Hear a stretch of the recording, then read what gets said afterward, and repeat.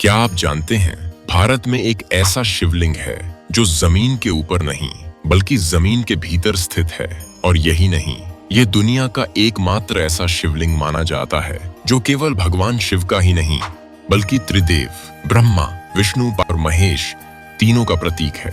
महाराष्ट्र के नासिक जिले में ब्रह्मगिरी पर्वत की गोद में बसा यह धाम बाहर से देखने पर एक शांत, गंभीर और अत्यंत प्राचीन शिव मंदिर प्रतीत होता है। काले पत्थरों से बना यह मंदिर निःशब्द खड़ा है, मानो समय को थामे हुए हो। लेकिन इस मंदिर से जुड़ा है एक और रहस्य, एक ऐसा हीरा जहां जहां पहुंचा वहां संकट, अशांति और पतन की कहानियां जुड़ती चली गईं। गोलकुंडा की खदानों से निकला यह हीरा, जिसे इतिहास में नासक मणि कहा गया, मुगलों से मराठाओं तक पहुंचा और फिर एक दिन भारत की सीमाओं से बाहर चला गया। एक ओर जमीन के भीतर स्थित त्रिदेव का प्रतीक शिवलिंग और दूसरी ओर एक ऐसा हीरा जो अपने साथ विनाश की छाया लेकर चलता रहा।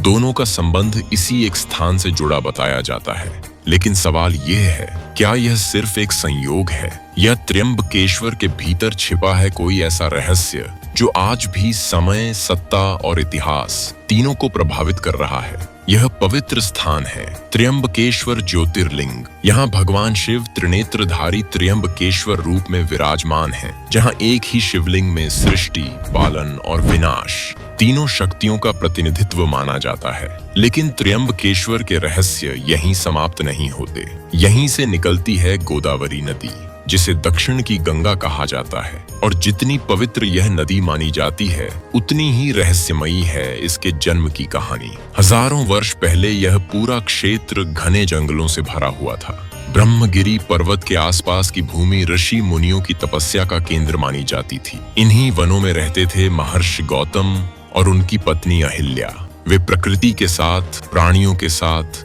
और तपस्या के साथ एक सरल जीवन जीते थे। लेकिन एक समय ऐसा आया जब इस क्षेत्र में भयंकर अकाल पड़ा। धरती सूखने लगी, जल स्रोत समाप्त होने लगे और जीवन संकट में आ गया। लोगों की भलाई के लिए महर्षि गौतम ने इंद्रदेव की कठोर तपस्या की। तपस्या से प्रसन्न होकर इंद्रदेव ने उन्हें ऐसा जल स्रोत प्रदान किया जो कभी सूखने वाला नहीं था। उस जल से न केवल गौतम ऋषि का आश्रम बल्कि आसपास के लोगों का जीवन भी बच गया। लेकिन जहां सम्मान होता है वहां ईर्ष्या भी जन्म लेती है। कुछ अन्य ऋषियों ने एक साजिश रची। एक बीमार और कमजोर गाय को गौतम ऋषि के खेत में छोड़ दिया गया। जब ऋषि ने उसे हटाने की कोशिश की तो गाय की मृत्यु हो गई। इसी घटना को आधार बनाकर उन पर गौहत्या का झूठा आरोप लगाया गया, जो उस समय का सबसे बड़ा पाप माना जाता था। अपमान और दुख से टूटकर गौतम ऋषि और अहिल्या वन में चले गए और भगवान शिव की गहन तपस्या करने लगे। अंततः भगवान शिव प्रकट हुए और बोले, गौतम तुम निर्दोष हो, यह सब ईर्ष्या का परिणाम है। शिव ने वरदान मांगने को कहा, लेकिन गौतम ऋषि ने न बदला मांगा न दंड।